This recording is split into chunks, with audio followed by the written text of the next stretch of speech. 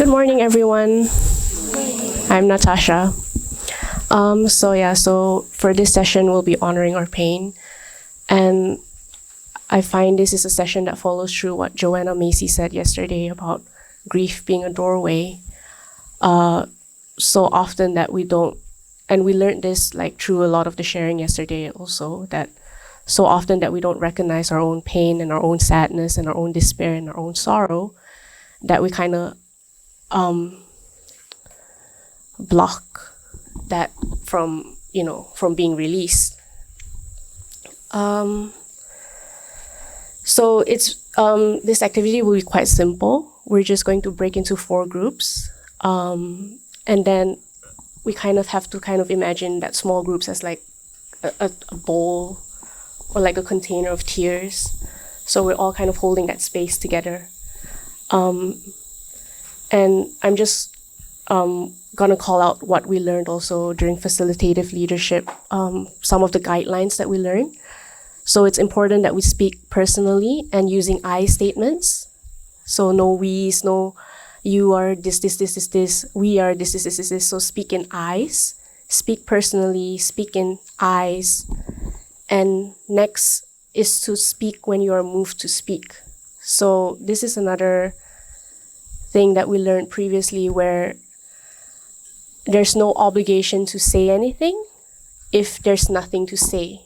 So we say and we speak only when we are really moved to, when we really feel like it needs to be said.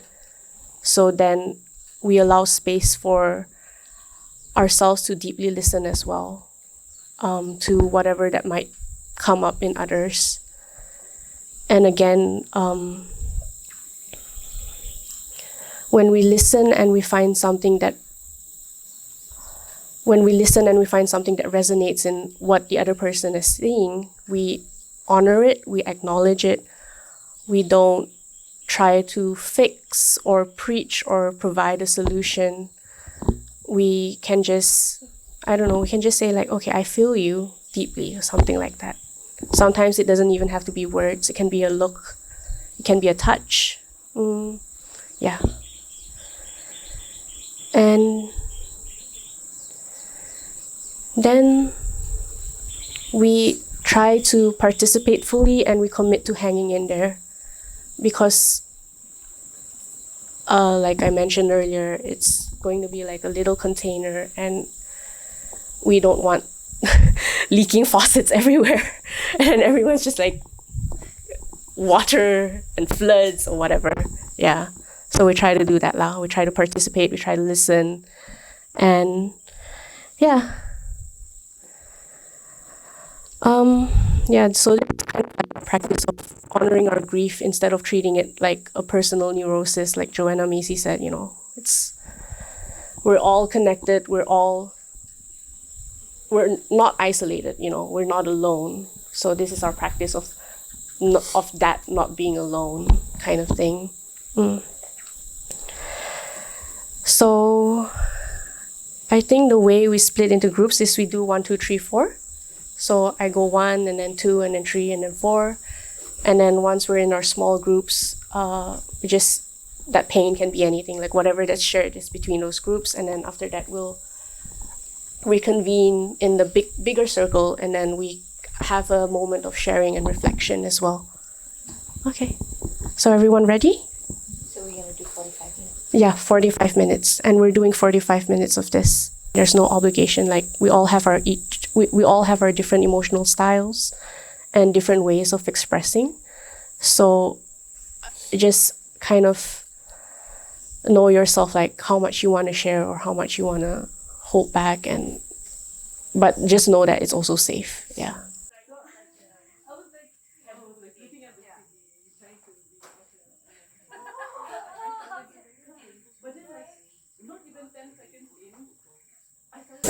Okay, hi everyone. Hi. I'm Yanti. Hi Yanti. I hope that everyone is re-energized after your lunch.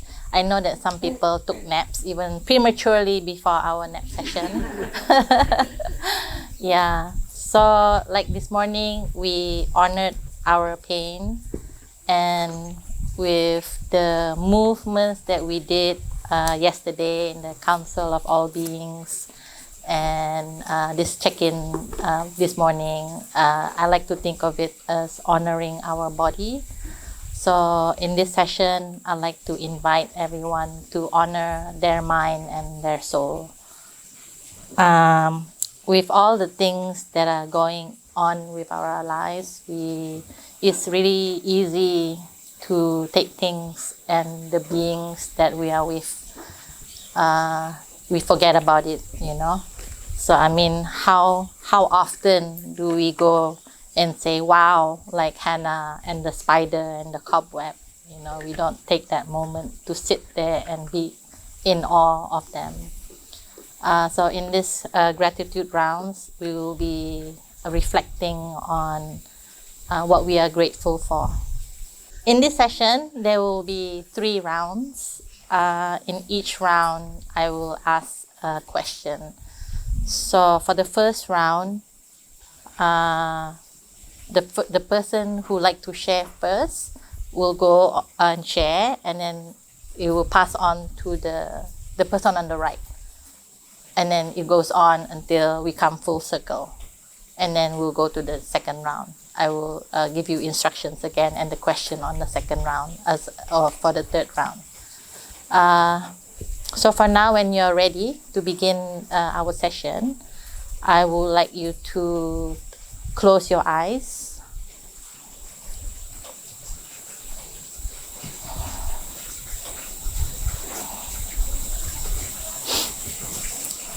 Take a deep breath and exhale. At your own time, I want you to let's take ourselves to a different point of time and space.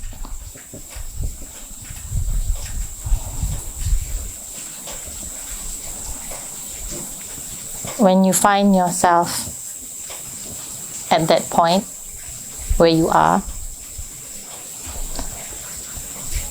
I want you to look back to our planet Earth that you just left.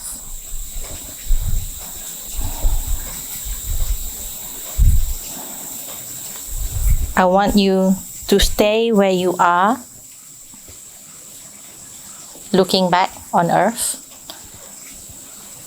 as you slowly open your eyes again.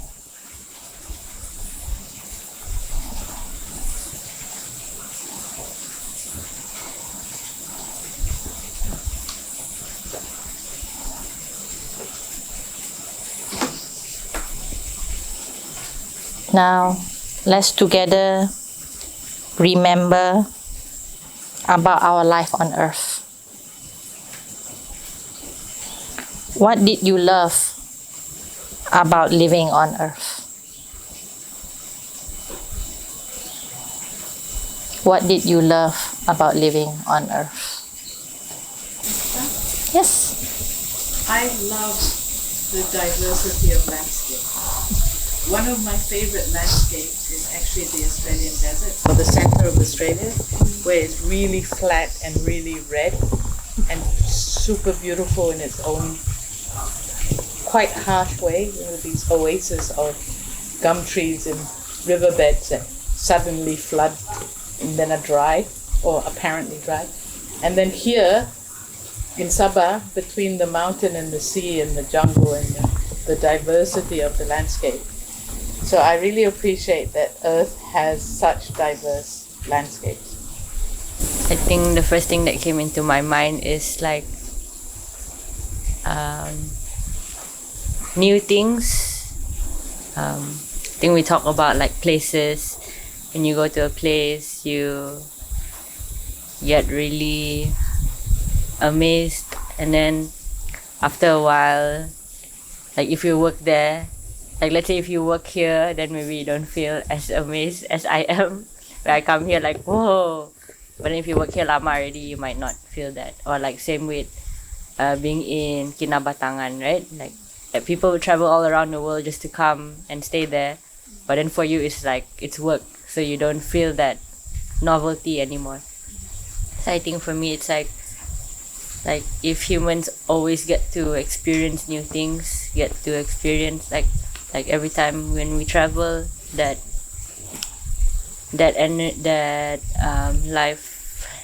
liveliness of a place or a food or an experience, it's always really nice.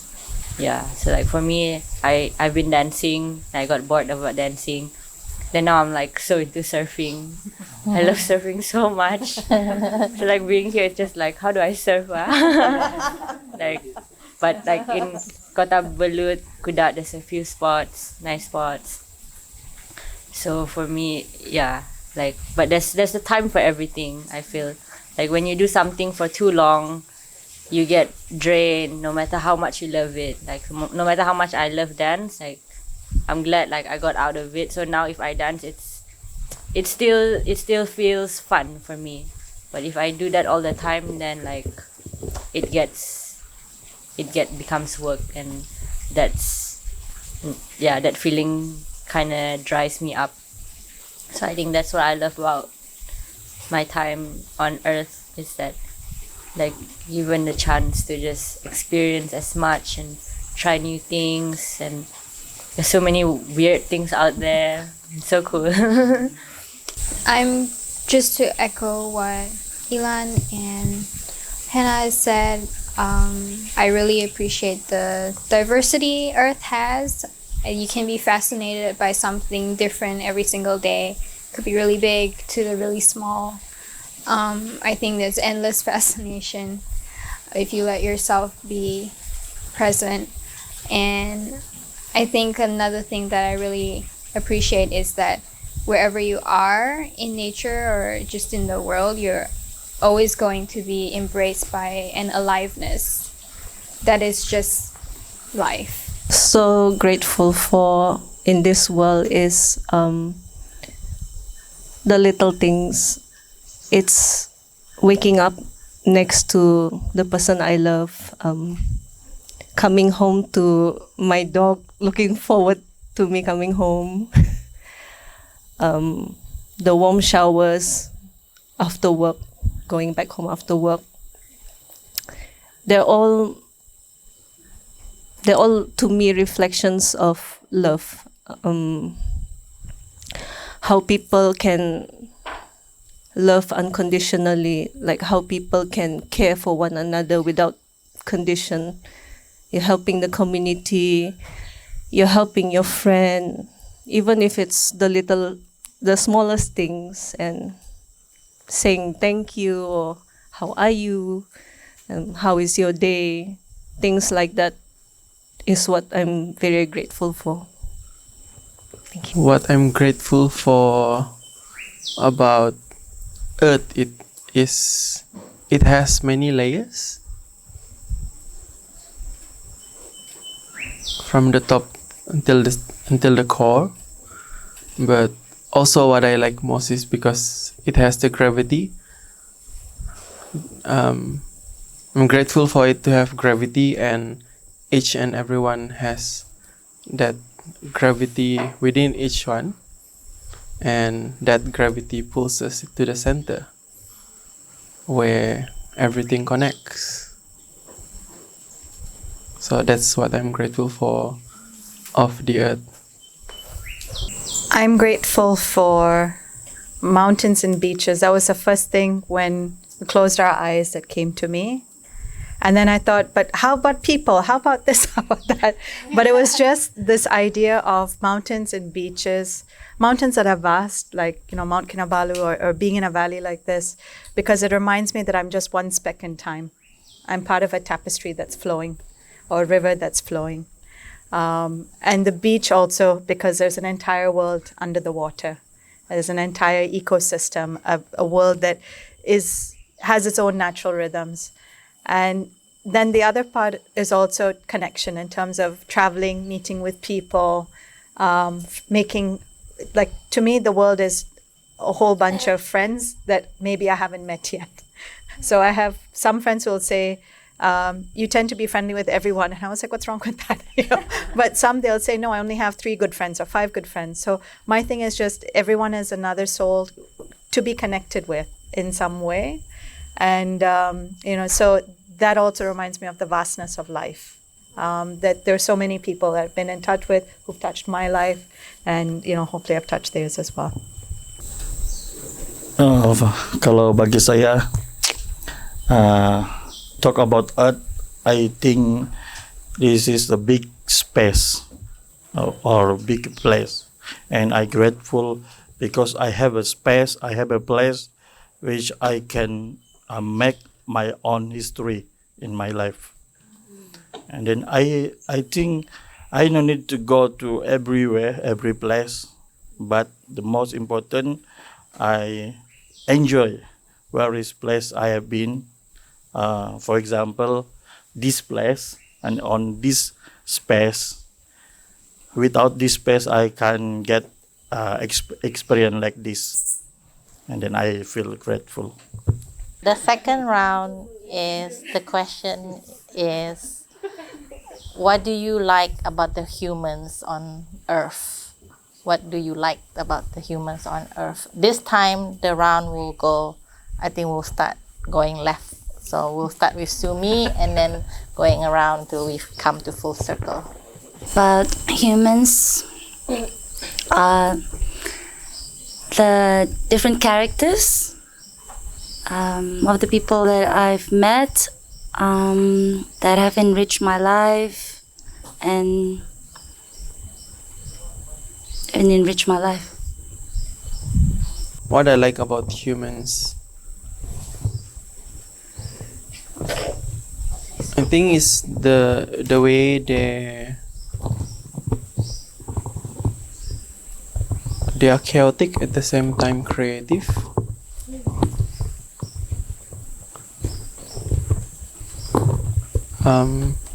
In one sense, they are courageous, but at the same time, they hold fear. And it's always amazed me how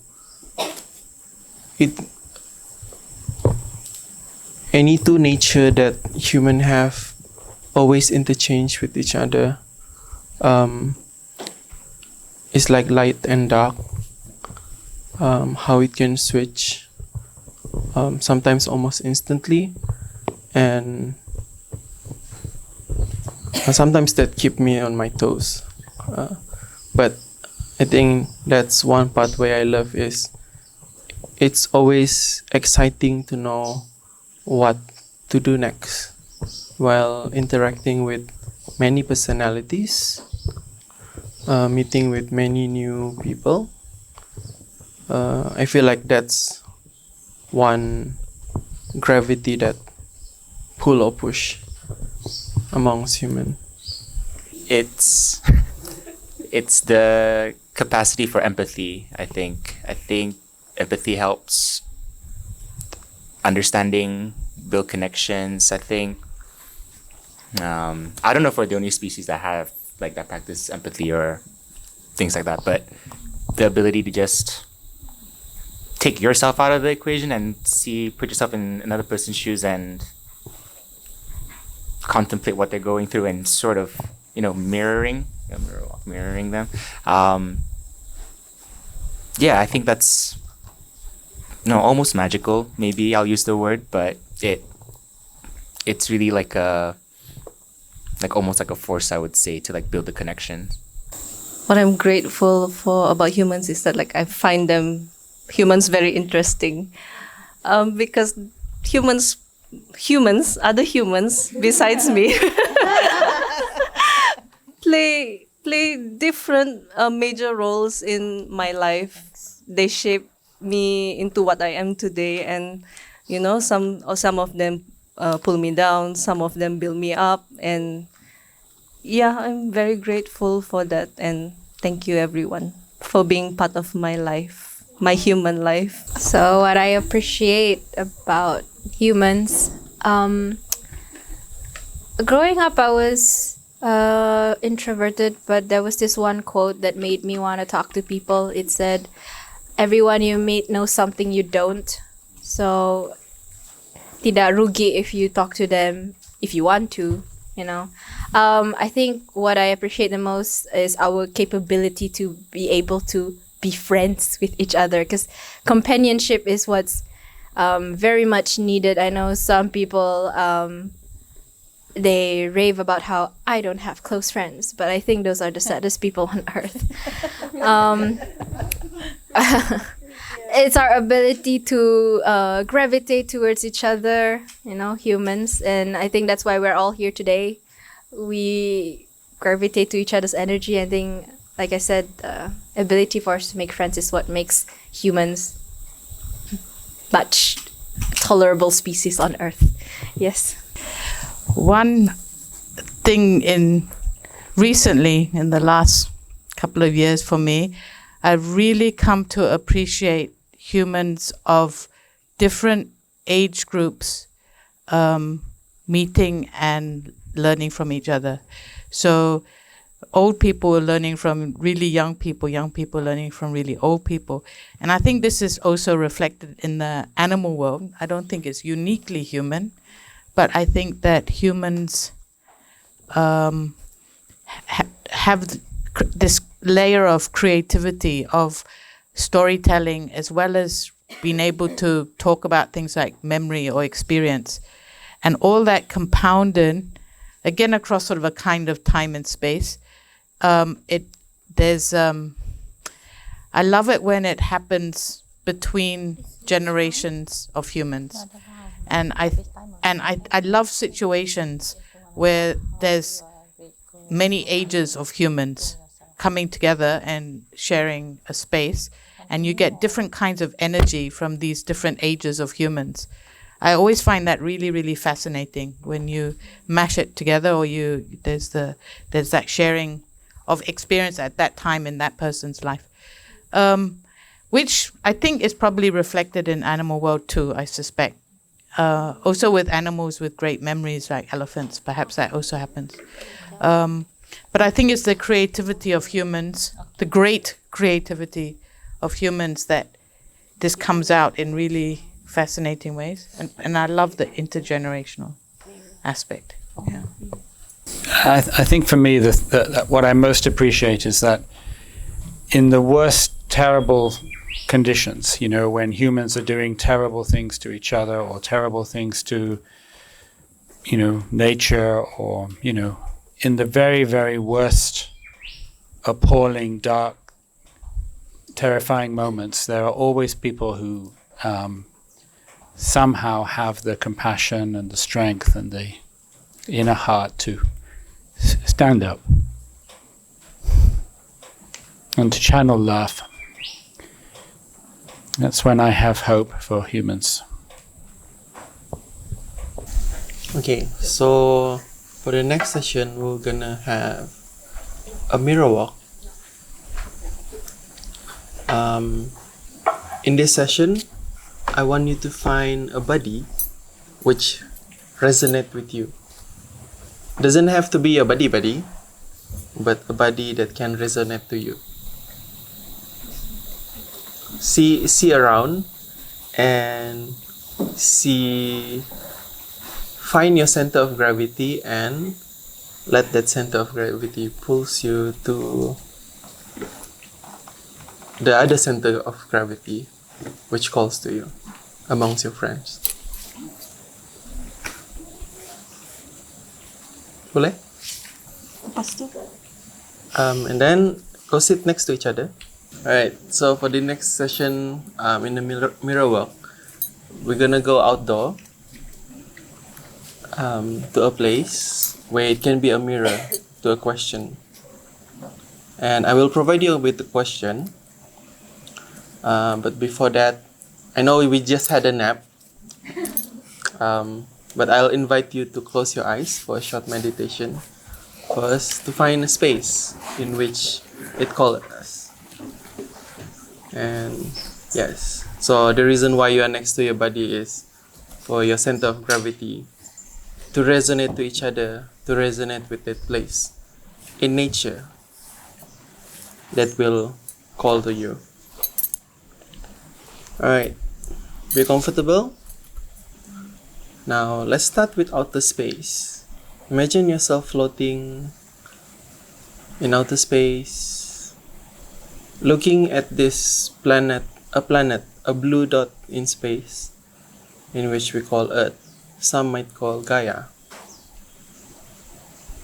Imagine yourself floating down slowly until you can see the vast ocean. Imagine yourself flying towards an island called Borneo, especially to the dog head shape of the island. Imagine yourself flying towards the direction of the space we have here, Camp on Campus, Tanggilan.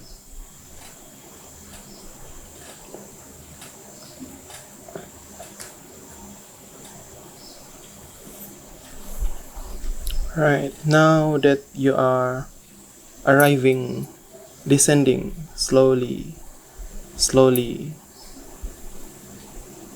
and you have landed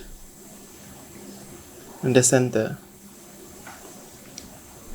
Now, because your eyes is closed, use the other senses that is open to feel around.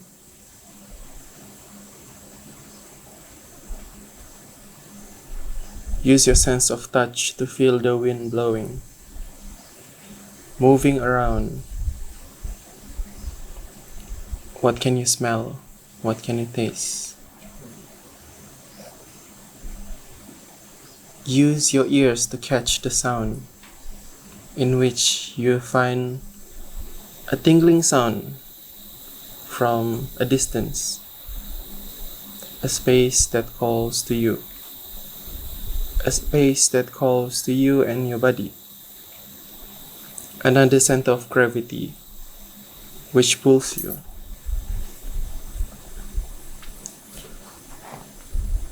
Now, when you're ready, you may open your eyes, and together with your body, you will head out to the space that calls to you.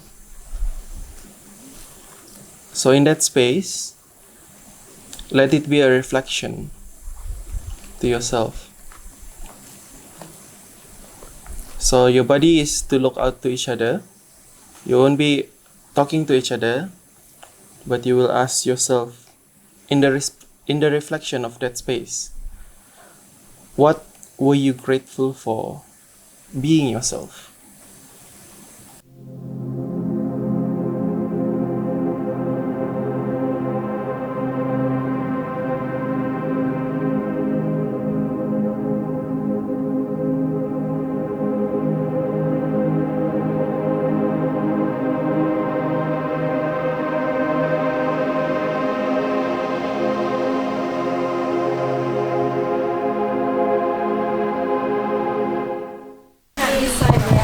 Alright, welcome back. Selamat kembali. Welcome back to this space. How was it? How was your mirror walk?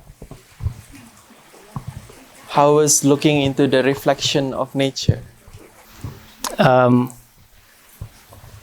I'm grateful for being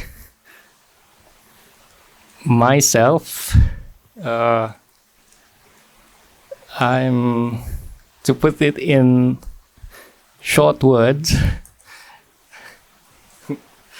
I'm grateful for being someone who has so many to be grateful for.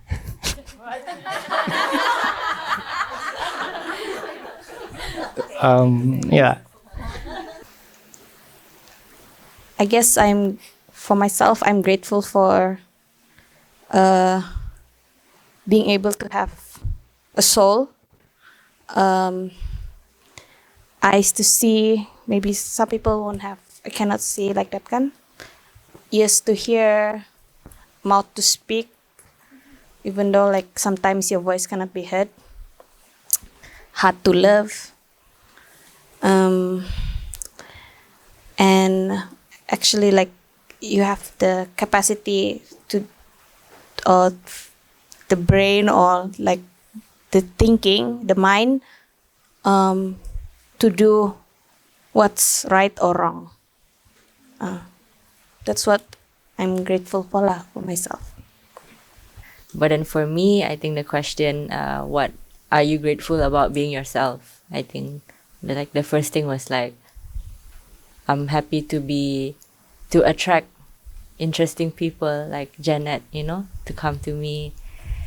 And then I'm happy to be able to be near the waters, be near the mountains. And this water here is something that you have to build. It's not natural.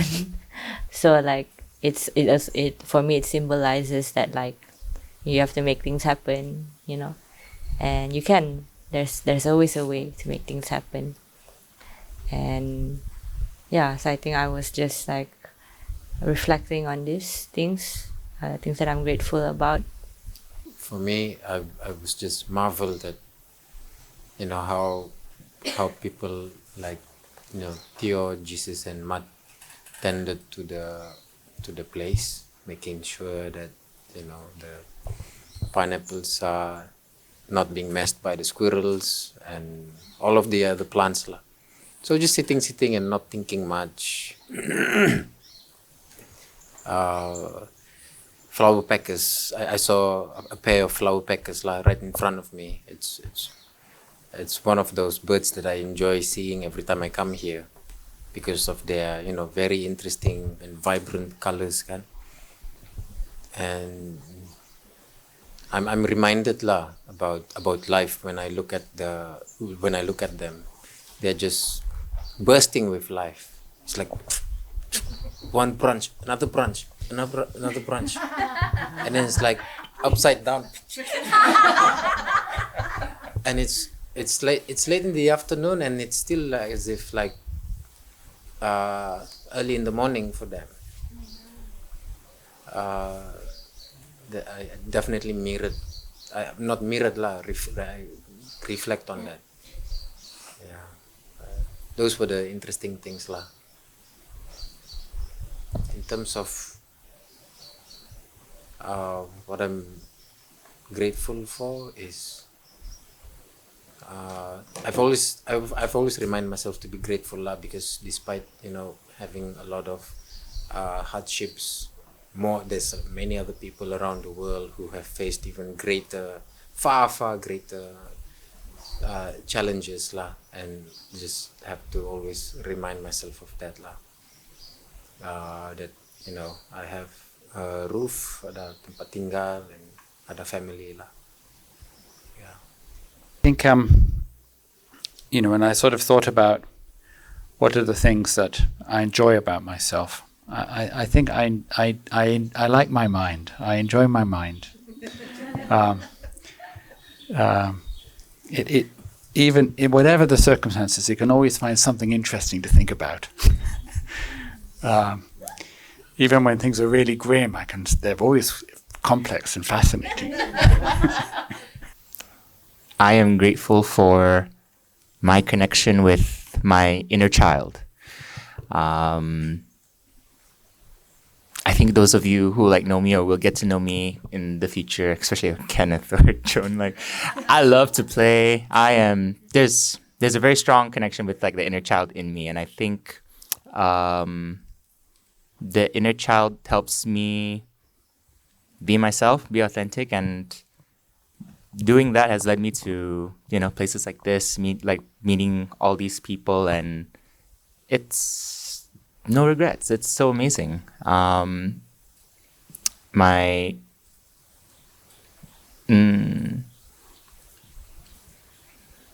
inner child is also a compass sometimes. It tells me whether or not, do you want to take this path? Do you want to take this option? And the veto, like the final vote, is more like the inner child. And I think it's like the one that's close to my heart. It's like, is my heart in it? Is it not in it? But if like the inner child's like, let's do this, and it's like, it's usually a great outcome, you know. So yeah, I guess I've always had that connection, and that's what I'm really grateful for about myself. And what came to me in terms of what I'm grateful for is just my life. I mean, with all the complications and the joy and all the things that I go through, I was just so grateful for the fact that I'm alive and I get to experience all of this. So that was my aha moment. I was like, oh, okay. I was in Cafe Tanki as well, partnered with Emily, and we were both facing opposite directions, I think, looking at the forest lah. But I fell asleep for a bit, like maybe 15 minutes, because I was closing my eyes and then thinking about stuff, and then I fell asleep for a bit. But I think there's a lot to be grateful for, if we think hard and long enough. Cuma saya terfikir, sometimes, you know, when you reflect on what you did in the past, tidak kira lah it was something big or something really naughty that made a really good story, you would think like, oh, I can't believe I did that, you know. And I think I'm just thankful for the leap of faith or the courage, you know, you had that time to do something big for yourself or to make a change in your life. And that took you to where you are. Took me to where I am. Sorry. I am thankful for that, especially since I would say I lived a very sheltered life. Upbringing, my parents are really conservative, but I'm also really grateful that they gave me the freedom to do what I want, to decide what I want to do, where I want to go. And yeah, I'm really grateful for myself to just trust to do what I want to do. So that's how I've been going on with my life lah. There is a study, when I work, okay, just take this job and then I will just do it. And then I remember when I moved back to Labuan, I made that decision in a month. When I got the job, I was like, okay, I'll move back to Labuan in a month after spending 6 years in KL. And then it happened and it was fine. So I'm really thankful lah for that leap of faith that I'm able to take when it really needs to be done. It's 6:30, so thank you for being in the space, being in the reflection, walking, mirroring the nature.